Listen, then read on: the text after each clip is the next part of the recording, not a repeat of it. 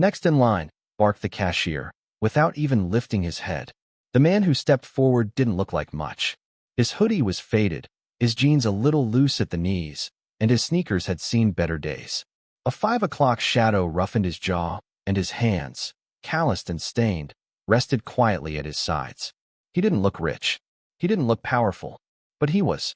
That man was Jackson Carter, the owner of Jaxie's Diner, a local institution and one of the busiest breakfast joints in the city. Only no one recognized him. And that was exactly how he wanted it. For the past few weeks, Jackson had been getting emails, then DMs, then full-blown complaints on Yelp and Google. Not about the food, that was still great, but about how customers were being treated. Rude service, dismissive staff, ugly stares when someone walked in wearing work boots or old clothes. And worst of all, people being judged based on how they looked. He'd built Jaxie's from scratch, naming it after his late mother, Jacqueline, who had always said, "If someone's hungry, you feed them. If someone walks in your door, you greet them with kindness." Always. And now, his staff, people he'd hired, trusted, and paid well, were treating customers like they didn't belong. It made his stomach twist. So, Jackson did something drastic. He shaved his signature beard, threw on his oldest hoodie, and dusted off his beat-up sneakers from the garage. He left his BMW at home and took the bus. He wanted no hints, no warnings.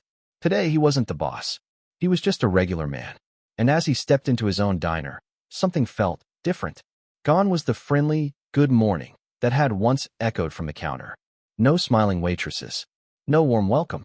Just two cashiers arguing behind the register while a line of tired, hungry people waited. He stood quietly in line, eyes scanning the room. The walls still had the framed pictures he'd hung himself, photos of the community, local heroes, and of course, a black and white portrait of his mother. But the heart, the soul, it felt like it had gone missing. "Next in line," snapped the cashier again, a young man named Kyle, who Jackson remembered hiring 6 months ago. Back then, Kyle had been enthusiastic, polite, even kind. But today, he sounded like he hated being there. Jackson stepped forward slowly. "Turkey sandwich, toasted wheat, lettuce, tomato, no mayo," he said quietly. Kyle didn't respond, just typed it in and said, "$6.50. "No, please." "No, thank you." Jackson handed him the cash. Kyle gave him the receipt without looking. Just like that, it was done. Jackson moved to the waiting area and sat down in a booth near the back, his usual favorite spot. He used to sit here sometimes after closing, counting tips with the crew, laughing over coffee. Now he sat alone. No one noticed. No one cared. He watched as more customers filed in. An elderly woman in a floral dress, a man with paint on his pants, a group of high schoolers. The energy was cold, rushed, transactional. He couldn't believe it. Where was the pride? The joy? The Jaxies he built? The sandwich came 10 minutes later, dropped in front of him by a waitress who didn't say a word. He stared at the sandwich, untouched. This place had his mother's name on it. He'd fought through everything, racism, poverty, rejection, to build something beautiful for his community. And now it was being poisoned from the inside. Jackson didn't come here today to eat. He came to listen. He came to see the truth. And soon, he would hear something that made his heart stop cold. Because the worst part? It hadn't even started yet. Jackson had barely taken his seat near the back corner of the diner when the words hit him like a slap across the face. "Did you see that guy?" One of the girls behind the counter whispered, just loud enough to carry over the hum of the restaurant. "I swear he smells like a garage." A burst of giggles followed. Jackson didn't look up. Instead, he calmly took a sip of his coffee, eyes fixed on the table in front of him. But his ears? His ears were sharp as knives. The voices belonged to Cindy and Brielle, two of the cashiers. He recognized their names from the payroll list and vaguely remembered their job interviews. Back then, both had seemed professional, even polite. They'd smiled and nodded and said they were great with people. But right now, that mask was off. Brielle chimed in next, her tone full of mockery. "He's probably homeless or just some broke loser trying to warm up in here." She snorted. "I gave him the smallest turkey slice we had. No way am I wasting good meat on that." Jackson's hand froze over his sandwich. They were talking about him. The owner. The founder. The man who signed their paychecks. And they had no idea. He exhaled slowly through his nose, trying to keep his composure. On the outside, he remained still, calm. Just another quiet customer with worn-out clothes and tired eyes. But inside, he was boiling. Not because they insulted him personally. Jackson had been underestimated his whole life. He'd been called names, judged for his appearance, talked down to in boardrooms where he owned the building. That didn't sting anymore. What did sting was what it meant for everyone else. If these two were so casually cruel to someone they assumed was poor, dirty, or beneath them, what were they saying to the elderly? To the construction workers? To the struggling single moms who walked in for a moment of peace and a warm cup of coffee? How many customers had walked out of Jaxie's feeling small, unwanted, or disrespected because of the way these girls acted? He looked around the diner as if seeing it for the first time. An older man in paint-splattered overalls sat alone by the window, staring into his mug like he didn't really want to be there. A young mother with two kids shifted awkwardly as she tried to feed them without drawing attention. A group of teenagers came in, glanced at the counter, then turned around and left. Had they been driven out by that same snide attitude? Jackson's stomach twisted. He had built this place with love. He painted the walls himself. He picked every picture that hung in the dining room. Images of neighborhood barbershops, jazz musicians, community gardens. He trained every employee to treat customers with kindness, no matter how they looked. He remembered his mother's voice in his head. You never know what someone's going through, baby. Don't you ever be the reason they feel worse. Apparently, Brielle and Cindy never got that memo. Jackson took another bite of his sandwich, dry, barely filled, definitely the smallest turkey portion he'd ever seen come out of his own kitchen. He could have stood up right then. He could have marched over to the counter, thrown down his ID, and fired them both on the spot. But he didn't, because he needed to hear more. This wasn't just about a bad moment. It was about a bad culture. And if these two were bold enough to talk like this out loud, at work, in front of customers, what else had they done? How had they treated the dishwasher? Or the janitor who worked the night shift? Had they ever refused service? Mocked someone behind their back?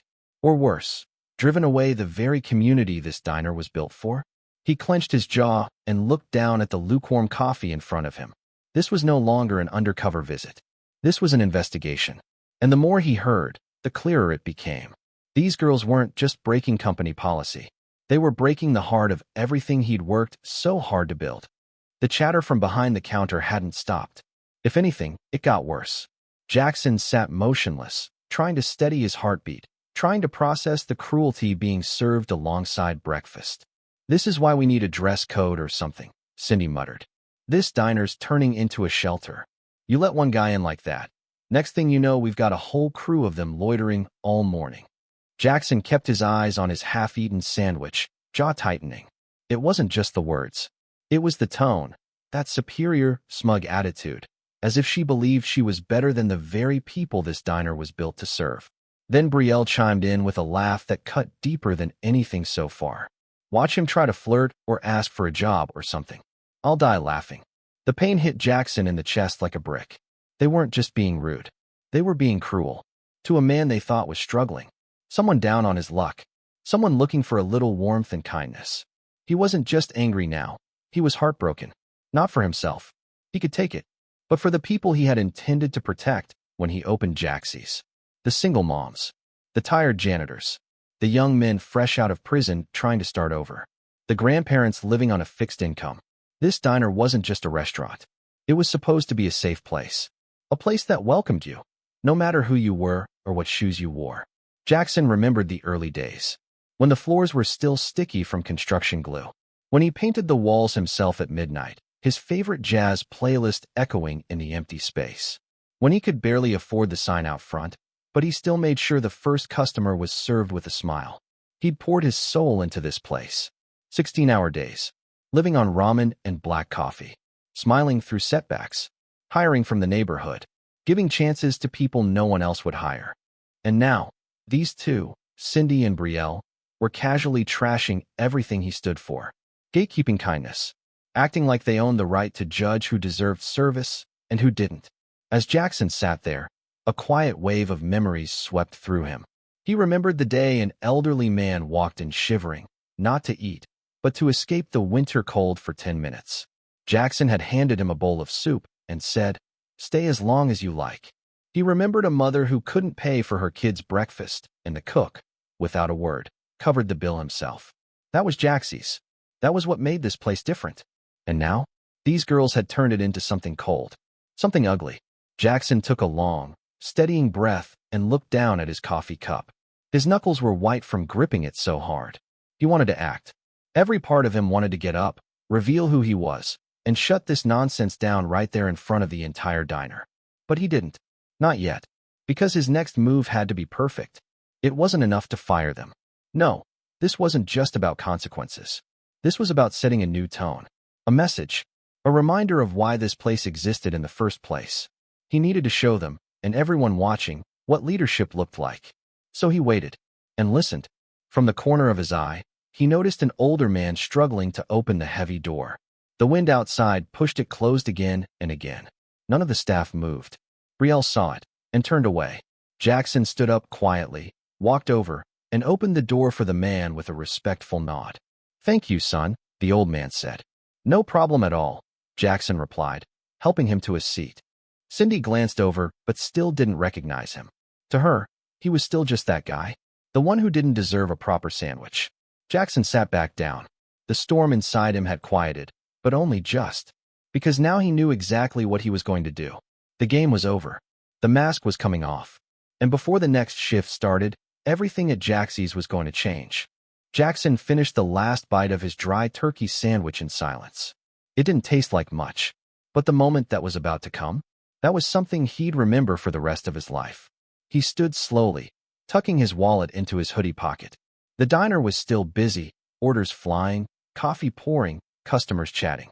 But the heart of the storm was right where he was heading, the counter. Brielle and Cindy stood there, barely pretending to work.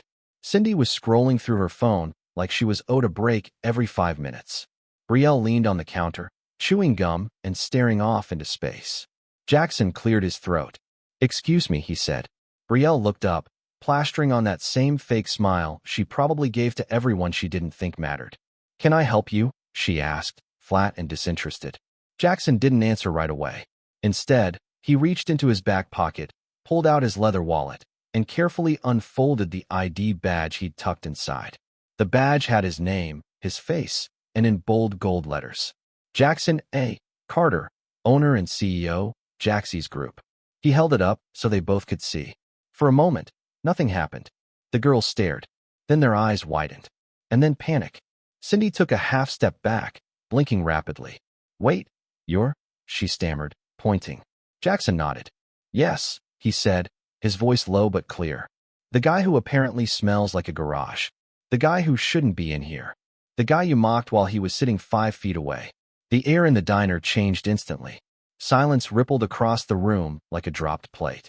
The man at table 6 stopped mid-bite. A young couple near the window froze with their coffee halfway to their lips. Even the cook peeked through the kitchen window, eyebrows raised. Jackson stepped forward, placing the badge gently on the counter. "You both thought I was nobody," he said, locking eyes with them. "Just another poor black man trying to get a bite to eat. And that right there, that assumption, that judgment, that's the problem." Cindy opened her mouth, but no sound came out. Brielle looked like she wanted to disappear into the floor. "You don't know a person's story by looking at their clothes," Jackson continued. "You don't get to decide who's worth serving based on their shoes, their smell, their hoodie." His voice didn't rise. It didn't need to. It carried weight. Authority. Pain. "I built this diner to serve everyone. Whether they come in wearing a suit or boots covered in paint. Whether they can afford the full meal or just a cup of coffee. This was supposed to be a place that welcomed people, not judged them." He paused, letting his words land. "You see these walls," he said, gesturing around the diner. "I painted them. I laid the tiles on the floor. I picked the music that plays every morning and every single item on that menu. I sacrificed sleep, comfort, and more than you'll ever know to make this dream real." He leaned in slightly. "And you've embarrassed it." The words were sharp, but steady. "You've embarrassed this diner. You've embarrassed yourselves. And more importantly, you've forgotten what hospitality means." Brielle looked like she was on the verge of tears. Cindy started to say something. "Mr. Carter, I didn't mean..." But Jackson raised a hand. "I don't need your excuses," he said firmly. "I need people who treat our guests with dignity. Period." He took a slow breath, eyes locked on them. "You're both fired. Effective immediately. The silence turned to murmurs. Someone near the door whispered, "That's the owner?" Another said, "Good. I saw the way they treated that old lady last week." Cindy's shoulders slumped. Brielle looked stunned, as if she had only just realized this wasn't a prank show. Jackson turned to walk away, but not before addressing the rest of the diner. "I apologize to anyone who's ever been treated poorly here," he said, loud enough for everyone to hear. "That's not what Jaxie stands for. Not what I stand for."